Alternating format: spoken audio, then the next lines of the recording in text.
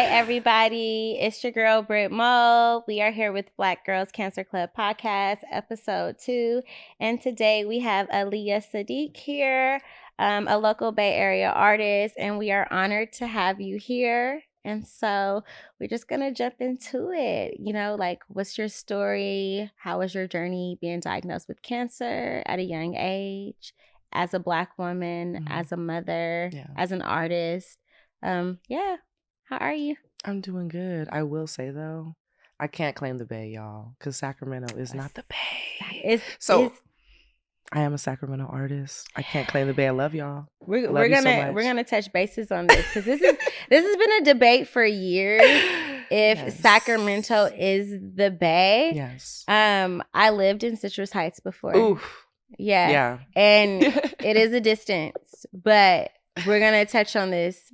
Okay. Soon. Yeah. Because the Bay Area is hyphy right now, right? Like, yeah, I can't claim it. You can't claim it right now, right? I can't claim it. All It's hyphy. It's hyphy right now. So how are you? I'm doing good. I'm happy to be here. Thank you. Appreciate you inviting me. Yeah. Thank you. Yeah. I'm so excited. I think one of my friends on social media has sent me your video when you had on the hat, and I think you were at the Chase. I don't know where you were at. The Golden One Center. And my one friend, actually my coworker who was with me when I got diagnosed, she was like, add her. And then I think I added you and I DM'd you like, hey girl, like I'm your cancer sister. Yeah. And then I was honored to come see you at the Black Girl Art Show, and your art is super dope and super amazing. And you are a single mommy. So I just had like a bonding moment with you. I was like, wait, who is this dope girl? When you walked through the image on your Instagram, I was like, okay. I was like, oh my God. Like, you just like show the world how fabulous you could still be, even though you're having cancer. Like you're going through this journey. Right. So you could tell us, like, what type of cancer did you have? And, like, kind of much, like, what was your journey, like, being a young African-American woman in Sacramento, California? Like, how was your journey? Yeah. Well, I am now 27. So at the time I was 25. Okay. And, you know, especially just I had a 2-year-old at the time. Feeling very healthy. I used to be vegetarian, you know. And I just, it definitely took me for a loop. I had Hodgkin's lymphoma, stage 2. And it's basically how I realized was that I was doing, preparing for an art show.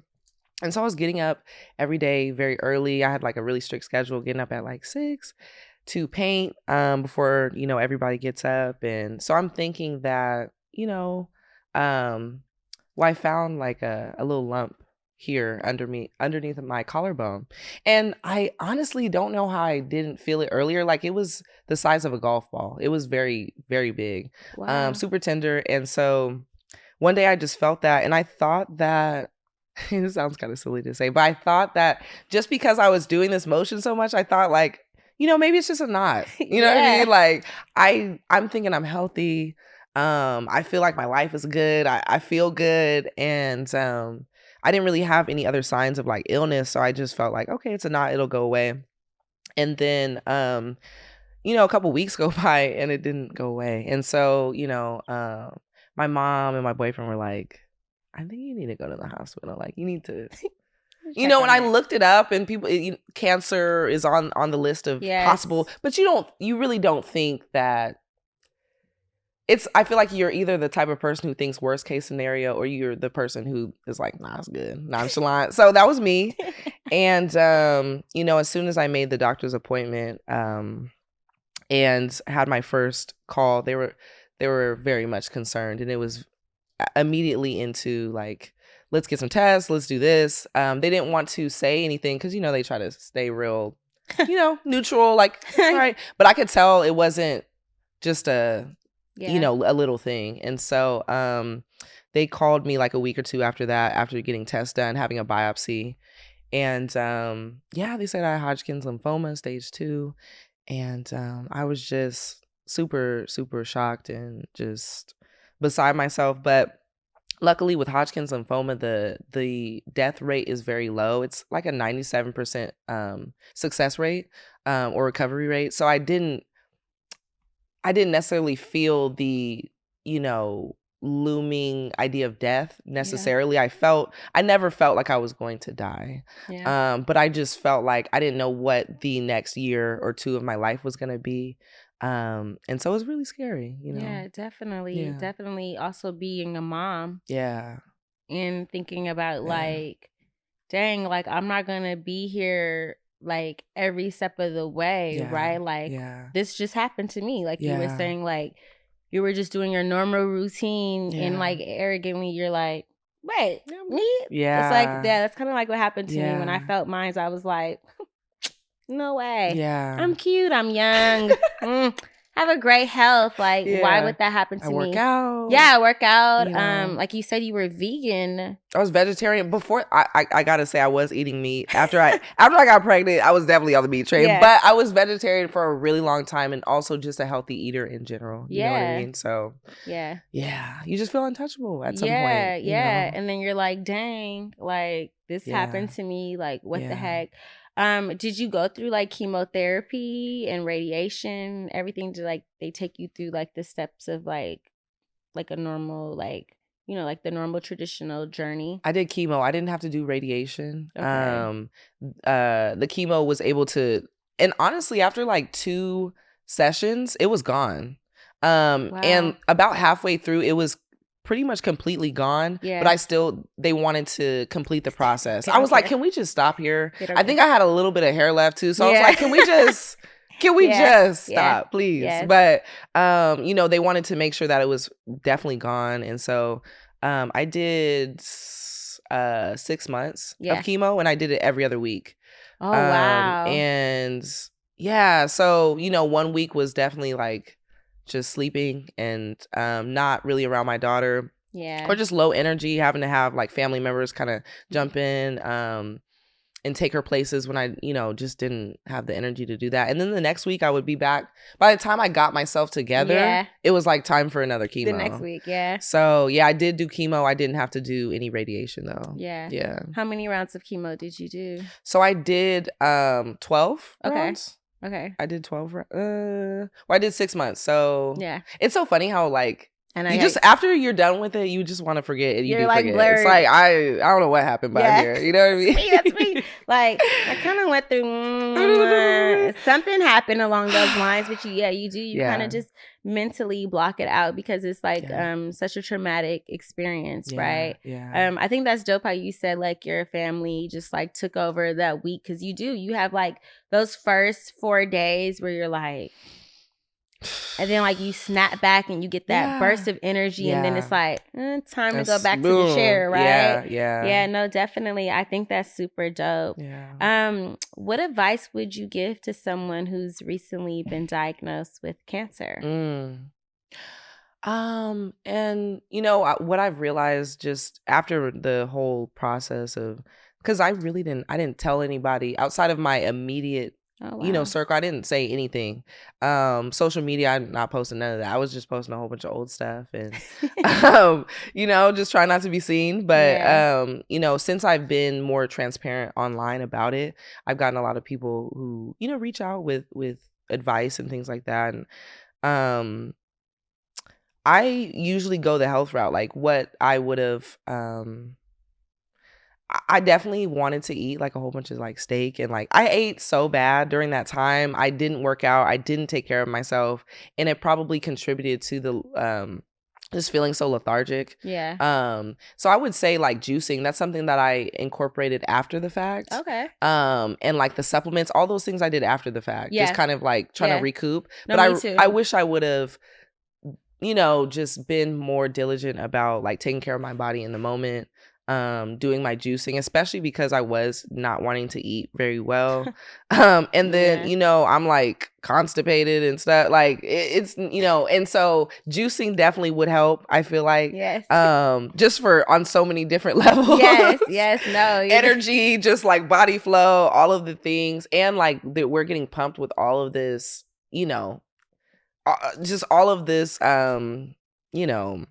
crazy stuff. So just to counteract that, I would say just treating your body a little bit better throughout that process, really forcing yourself to go out on walks, going to work out if you can, like, and it doesn't have to be super strenuous, but doing something. I wasn't doing anything, and I just felt like just a lump of coal. Like I just didn't want to. I had no motivation, honestly. So I think if I would have started off by like doing a little bit more of the healthy stuff initially, it would have kind of helped motivate me throughout. You know. Yeah. Did you paint at all during your journey?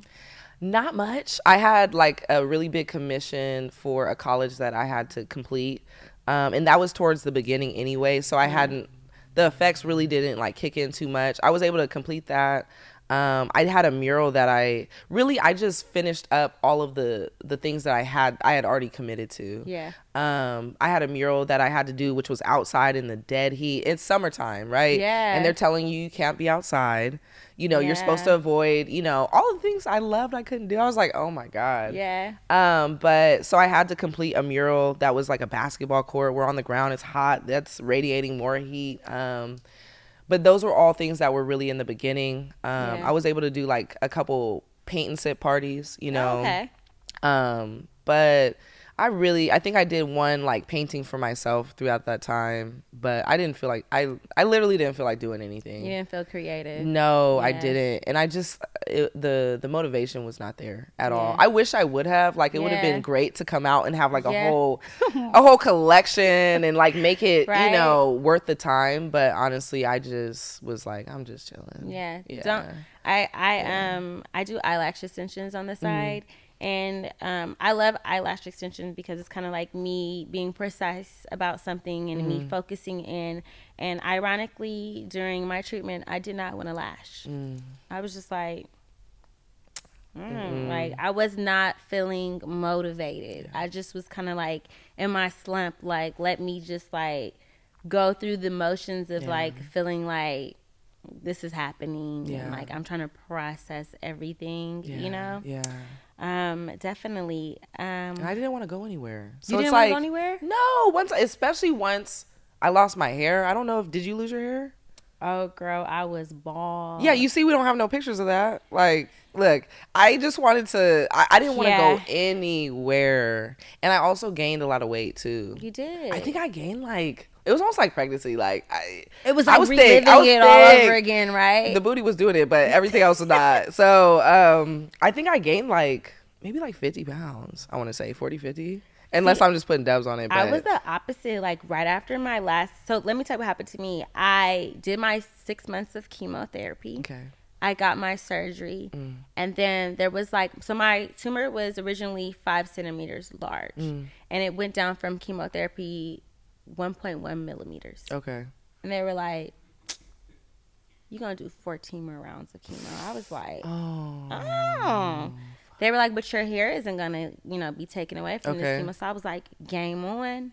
Give me this chemo. Like, cool. I already. Because that's all we worried about. Right? Like, I went through the worst, like my hair loss. And that was the worst chemo ever. The one of me not losing my hair was like, whoa.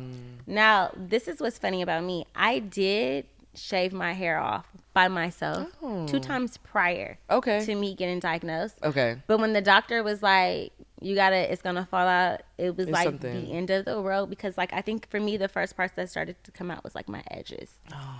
Yeah, and then we like love our edges. Yeah, we need our edges. Yeah, and I was just like, I'm just like, as a black woman, I'm like, like, are these not gonna come back? Yeah. And so I think, like you said, that was the hardest part of the journey, was being bald. Like my identity just being taken away from me. And like, I love the short hair look, but that's by choice, right? Yeah. For it to just be snatched away from me, it was crazy. Because then you have to like look at yourself in the mirror and like love every flaw, every aspect. You have to do some inner help in here, right? Yeah. So yeah, no, definitely, like that was the hardest. That was the biggest. I mean, because for me, the death part was kind of off the table. Yeah. And not necessarily, like there was still, just because it's 97%, that I could be that 3%. Yeah. But it just wasn't a concern for me. But the whole, I was able to hold on to my hair like 3 months and like, I told, that's a long time. That's a long time. Look, I had a whole, I would like do some like little plait braids or whatever, and then take it out, and it would be like wavy. Just wouldn't touch it for a little bit. You know what I mean? I had a certain way where I just do things that I don't have to touch it much, because every time I touched it, clogs of it comes out. Yeah. And so like I was like, I'm gonna hold on to this as long as possible. And I told my boyfriend, like, look, when it gets to be that time, like, let me know. I'm gonna hold on to it until but when I start to get crazy, like, let me know, and let me know. Let me know. I know. I understand. I get it.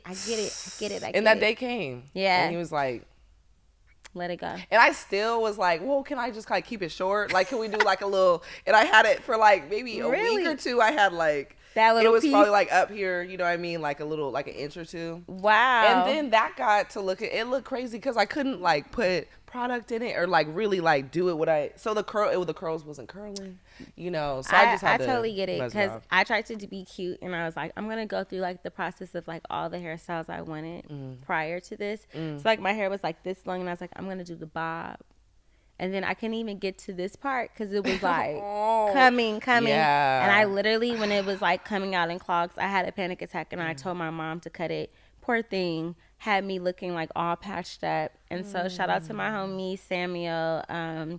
He came, and he's a barber, and he shaved my hair off. And I remember when he shaved my hair off, I was like what just happened to me? And he was like, let's go to dinner. And I was like, I don't have my wig yet. My sister Jess Jewel, she did not make my wig yet. I'm like, because she didn't know, like, we didn't know the process was going to happen so fast. And so he was like, let's go to dinner. And I was like, but I'm bald. And he was like, bro, you're a beautiful bald. And that gas up, like him just gassing me up and being like, you're a queen bald. I was just like, all right, it's game time. Like, I'm going to be the cutest little bald girl ever. Like, I was just like, I'm gonna be gamed up. I'm gonna be so gamed up. Yeah. Wow. Yeah, the wig thing is important. I was like loaded up with the wigs. But that's a whole process. If you're not a wig girly and you just start wearing wigs, it's do not recommend, honestly. And in the summertime for me, it was hot as it was so hot. I'm like, this is not, I don't know how to like glue the, like, I'm watching YouTube videos trying to figure this shit out. And if you're not a wig girly, it was definitely traumatizing. It's a learning curve. Yeah. At some point I just got fed up with it, but like there was a good 3 months after that that I was still trying to do the wig thing, and like it really wasn't until my hair started growing back that I was like okay with it. Yeah. To be honest. Shout out to the girls that made the lace fronts, because when I was like, I'm gonna give me one, but then I was like, ooh, 500, like but I was super excited that the lace fronts were like in trend, because I was like, if I do want to step out, like my one birthday, I did get a lace front, and I was like, I'm going to be that girl still, and I'm going to blend in with all the other girls, because no one's going to tell because it's bald. Yeah. And mine's going to blend in actually a little better because I'm bald. Yeah. So shout out to the wig community. Yes. Shout out to the wig community. Definitely. Yeah. So how was it like being a mom during like this whole journey? Like just, like your relationship with your daughter, many days feeling sick and not having that like endurance to like keep up with like, someone who's moving at a fast capacity. Yeah. So she was like 2 years old at the time. Luckily she was just young enough to, I feel like it wasn't really so much an effect on her. Yeah. She wasn't like in full awareness, I feel like, barely talking, that kind of thing. So luckily, like my mom really stepped in, and everybody loves Mimi, grandma, Yeah. So she was happy to be at her house often. Yes. She just stepped up and was, taking her places and doing a lot with her. Yeah. On the times that I wasn't able to, but it was hard because I didn't feel like doing anything. Yeah. There's plenty of times like I don't want to go to the jump spot. I don't want to, it was a lot. That's what I mean? Spot I avoided.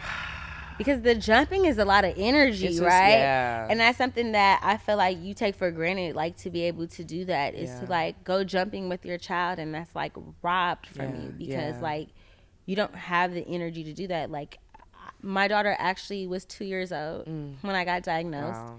And you're right, it was a great stage at the time. At the time it happened, I felt like, what in the world? Yeah. But when I look back, it was a great time because she doesn't remember anything, and she does say like, Mommy, remember you cut your hair bald? And I'm like, yeah, Mommy cut her hair bald.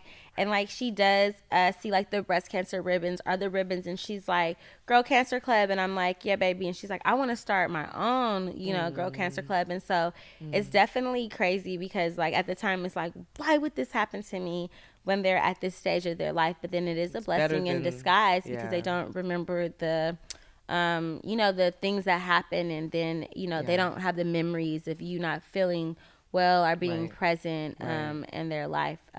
Definitely. And she didn't have to see me. She didn't see the worst of it because she wasn't at home. That was great. She was actually out of the house. I feel for people whose kids have to see that. She never seen me really like laid up on the couch, just knocked out all day. Yeah. She didn't have to like really see the, she didn't even see my port scar like that. Wow. She was really like, that's covered up, so she didn't have to see it. Like she did randomly see me cut my hair, but she has no clue that I was sick. Honestly, she really doesn't. And I'm sure like that distance, there's an effect there, but I think if she was any older, it would have been a lot more conversation. It would have been, her calling, wanting to FaceTime, like, where are you at? What's going on? Feeling worried about you. Yeah, and it would have been a lot of just, a lot more sadness on my part as well, So I am grateful that it happened at that time, because if she was even a year older, even to see her now, like at 3, she would have been, she's so aware. She would have been clocking everything. What's this? What are these, this medication? So you wouldn't have to hide everything. Or why are you just laying up all day? So I think it was the right timing, and I'm just grateful for that moment. Definitely. Yeah. Did you get surgery to get your tumor removed, or did it shrink from the chemotherapy? It shrunk, but I had to get a port for the chemo, which I was trying to fight, but that was the worst. I was like, I don't want to do that, and I don't want a scar after. It's just all of it was vain, to be honest. All of my, because now you're like, okay, the scar. I had to be. Yeah. I still don't like it. You know what I mean? Yeah. At one point I was like, should I do a tattoo on top? But I don't want a tattoo there. I like my, but I really fought the port. But I went for my first chemo session, and they couldn't find the vein. They couldn't really find the vein. They had like a vein like searcher and everything. I had never seen that before, and it was such a struggle. They poked me a whole bunch of times, and they couldn't get it. So they were like, you got to do that. The port. But I really didn't want. They said it was easier and all that, but I was like, I don't want to do that. Yeah. So I did have to do it. So my first chemo treatment, I wasn't even able to do because of that. Yeah. And so we had to come back and just do that. So that was the only. So it was a surgery, but it wasn't a major surgery. Yeah. They had me in twilight, like a twilight state. I actually love my twilight state. Fell down the stairs that same day. Oh my god. You fell down the stairs? Oh, yes. Yes, because I was so I thought it was good. I thought it was good. We went out to eat after, and I'm thinking I'm like good. I probably was talking all reckless, and just like I'm thinking I'm cool. It's like when you're like drunk, but you're like, I ain't drunk. Like, you know what I mean? You're in a daze. I tell people get the best rest ever. Yeah. I felt like I was cool, and I had like an upstairs, downstairs. Yeah. And I was walking upstairs, just I don't know what I was doing, but I ended up falling down the stairs, and almost messed up my whole port. It was the same day I got the port. The port inside. Yeah. So I literally flipped forward. It was a whole thing. Like it was painful for me. Actually, that was the worst surgery I would describe. Really? Yeah, because I went through fertility. I went through double mastectomy. Actually, that was the worst. That was the worst thing of it all. Yeah. So I work in the medical field, and I would see my patients snatch out stuff from their port. So it was very traumatic for me to have to like be on the other side of the table to get the port. And so that was a really hard thing for me to swallow. I really tried to like not get that port. And so when I got my double mastectomy, I was like, add the port in there and take it out. I'm definitely that alcohol hit. Oh, that hit I'm talking about. Yeah, that hit, that little, when they like, that little hit back there, like, I definitely don't miss any of that. Also too, because it is attached to like the jugular vein. I was like scared to do this or do that. And it does hurt when they put it in every single time. They act like it doesn't hurt. Oh yeah, hurt. It's like, and sometimes they miss. They can. Like, I had the nurse, I think, miss that little thing. Like, you know, they wipe it and do it again. It pop. You know that, right? Yeah. Yeah, definitely. But they all say that like it's better to have that done than have. And I'd rather that than like them trying to do that a whole bunch of times. And also, I didn't want, the port was a physical, like it showed what I was going through. So whether I have my hair or not, if I have that bulging out of my skin, like people, it leads to questions. Yeah. And so I just didn't want any indication that I was going through anything that whole time. And so whether it's the hair, whether it's the port, I didn't want to show that I was sick. Yeah. So it was just like, I don't want people to know. Yeah. You know? No, definitely. But, yeah. You know, we made it. What if, we are the warriors of the warriors. Yeah. What advice would you give for any young, you know, Black girl that's like recently being diagnosed with breast cancer? Like, what advice would you give her to just stay motivated and just like, you know, go through this journey and know that there is a light you know, at the end of the tunnel? Like, what advice would you give her? I think I got this advice, which was, you know, this is just a moment in time passing. Yes. Right? And if we think of something as just a season rather than like, this is not our whole existence. So we just have to get through it. You know, this is literally just a moment, and nothing is for no reason. Yes. So really trying to search for the purpose in it. For me, it's art. You know what I mean? I can now tell these stories, and I can affect people and inspire people through my art by telling my story of, you know, having cancer, but just understanding and keeping in mind that this is just a moment in time passing. Definitely. It's going to be over. And now looking back, it's like having a baby. You know, we go through all that pain. You forget all the labor pains. Yes. It don't matter. You do. Because we're here now. Yeah. And so, you know, it's uncomfortable. It doesn't feel good. It's a lot. But, you know, you will get through it. Yeah. So. I think being strong mentally, like knowing that you went through something so traumatic and you're mentally stronger. I always say I would do it 10 times over, because the person that I am mentally is way better than the person I was, you know, prior to it. And I love the person that I am right now. And I'm truly blessed that I am able to survive this, you know, beast that is here. Yeah. I would also add to journal. Like check in. It is more mental than physical. It's way more mentally and emotionally than it was physically. So to really check in with yourself and be doing the personal work through that process to get through it, because it's hard to verbalize it to people in your life who are not going through that. Yes. You don't even want to talk about it. Like it's I felt like a well of emotions. Yes. And so just really doing the self-work, really like journaling and like analyzing self and trying to get through those emotions in real time, I think is super important. Definitely. Yeah. Definitely. Okay, I have some crazy questions to ask you. How was intimacy during treatment? Ooh, look at you. Spicy. Yeah. You know, I will say, that's so funny that you asked me that. Okay. I will say that personally, for me, I didn't feel like the most attractive. And like I told you, I felt like a lump of coal. I was, you know, like for me, I probably would have like, if it were up to me, I did have a boyfriend. So I'm, you know, we're in a relationship. Yeah. But if it was up to me, I probably wouldn't be doing much. Yeah. But like, luckily I had a boyfriend who didn't treat me any different than before. Yeah. Whether I had hair, whether I had chemo, all of those things. They even tell you like don't do anything after having chemo for like, I think it's like 24 48 hours and stuff. He's like, what's up? You know, so that helped you, right? Yeah, and it did. And so luckily I had a partner who wasn't like disgusted with me or like just like unattracted to me at that point in time. So that made it way more comfortable, and I'm really grateful for that. But I wasn't like the most like I wasn't really trying to do, you know, it wasn't like I was just the most motivated, but being able to like be desired and stuff at that time was like so big to me, and I'm appreciative to that. So it didn't stop the show. Yes, it definitely didn't stop the show, but it really depends on the partner you have. Yes, definitely, you know? Definitely it does. Another question, what is your I'm nervous.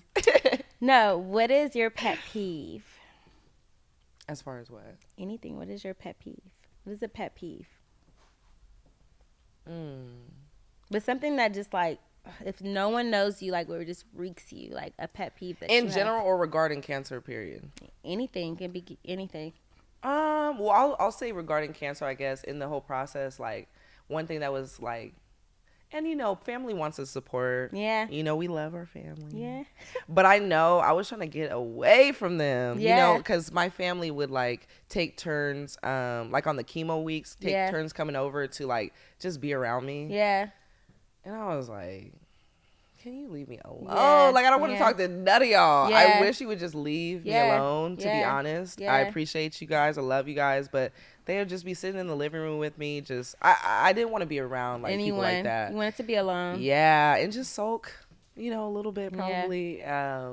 So that was probably like a pet peeve of mine during that time. But also, like, it's sweet. They love me. They, Yeah, it makes the days go by fast. She like, I was like, I would drop off the food and go. Yeah. Okay. But no, I appreciate that. That is such a good thing that you said that, because a lot of people are like, what should I do for someone that's recently been diagnosed? And it's like, drop off food. Yes. Give us our space. Also, too, like, the text messages, it's like, we see it, we might not respond, but we see that, like, you're reaching out. Yeah.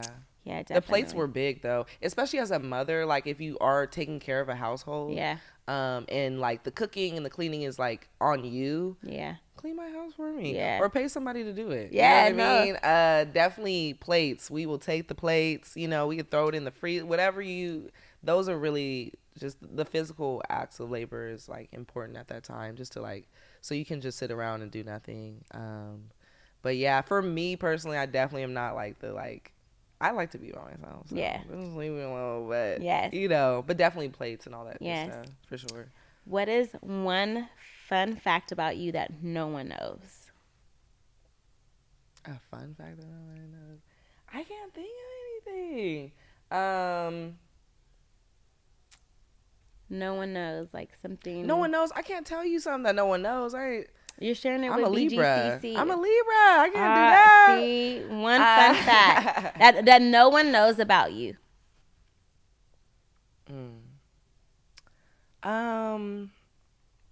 I can't really think of something that is like a fun. One thing that like I think little people know about me is that I grew up with all like white folks, and so that really like shaped who I was. I went to predominantly white schools and stuff. Yeah. But like I don't know, I don't really have something that like I'm willing to share that like a niche. So I'll tell you, like, prior to me being diagnosed, I was a soda-holic. Oh, really? Addicted to soda. Oh. I'm still dealing in recovery right now, actually. Like, so I really love soda. Like, it's really bad. So I've been trying to do like sparkling water, but it's really it's a situation. It's a problem. It's not. Like waking up like 4 a.m. for work, and I need like like how people are alcoholics. Yeah, I'm a soda-holic. Ooh wee. Yeah, I'm getting there. Like how you were saying, juicing and everything. Yeah, and just practicing a better diet. I'm like, I imagine you to be like super healthy. Yeah, like I'm getting there. I think it's a lifestyle change, right?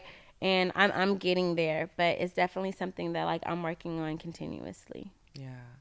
I'm gonna like bow out of that one though, because I don't have anything. It's okay. You'll think of one, and then you'll message me and say, "Hey, Britt, I was in the car share it with you." Yes, yes. Well, we definitely thank you for coming to talk to us at Black Girls Cancer Club. We do not take lightly at all for you to share our story. I feel like if you share your story and I share my story, then we can raise awareness about everything. And so we definitely thank you for coming to our show. We're definitely going to do a dance. We want to know what song you listened to when you were during treatment. Like, what was your go-to song that had you like going through treatment? Like you were just like, I'm going to get through this. Like, what was your favorite song? I can't even think of anything. No song you listened to through the whole treatment. I feel like I was on Netflix a lot. Like I was just like, all the little like dating shows and like the Married at First Sight. Like that was my one. Because it's kind of funny, right? And you can get some humor in it. and just analyzing like, oh, what are they like? Why are they're gonna be like this? It was more so I honestly didn't really listen to music that much. I feel like I was more so just like watching TV. No. Definitely Netflix. Netflix was my jam. Like I watched every series. Like I would just watch it through the whole day. Like I would binge watch and stay in the same outfit for like 2 whole days or 3 days, maybe 3. It was maybe 3. Mom was probably like, girl, it was 3. It was 3. And I would just like binge watch on everything. Yeah. So Yeah, definitely Netflix solid during that time. Yeah.